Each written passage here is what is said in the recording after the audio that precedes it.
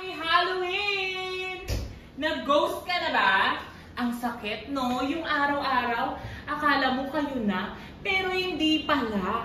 Yung araw-araw, magkausap kayo, tapos bigla na lang siyang mawawala na parang ghost. Pero alam mo ba kung ano ang mas malala dyan, mga ka-business owners?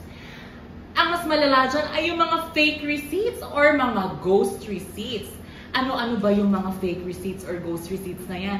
Ito ay mga peking invoices o resibo na binibenta ng mga enterprising individuals para suportahan ang kanilang mga fake transactions.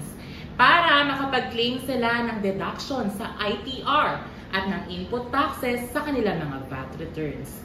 Para nang sa gayon ay makaiwas sila sa pagbabayad ng tamang buwis. At alam nyo ba na through the BIR's Run After Fake Transactions or yung ating RAF program, the BIR was able to identify and file civil, criminal, and administrative cases against sellers and users of fake commercial invoices and receipts.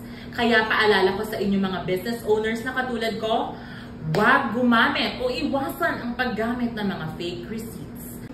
Don't forget to like and follow RDO33 Intramuros social media platforms on Facebook, YouTube, and X. See you on our next video. Bye!